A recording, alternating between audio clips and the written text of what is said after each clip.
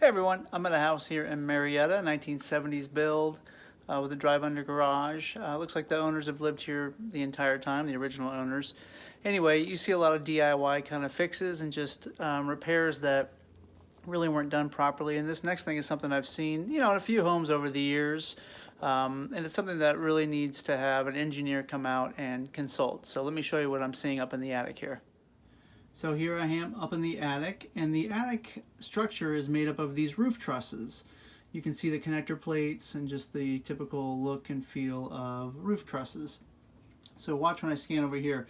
So what's happened, presumably, is that over the years, or at one point over the years, the homeowner decided to have some attic stairs cut in where there probably used to be a small scuttle hole.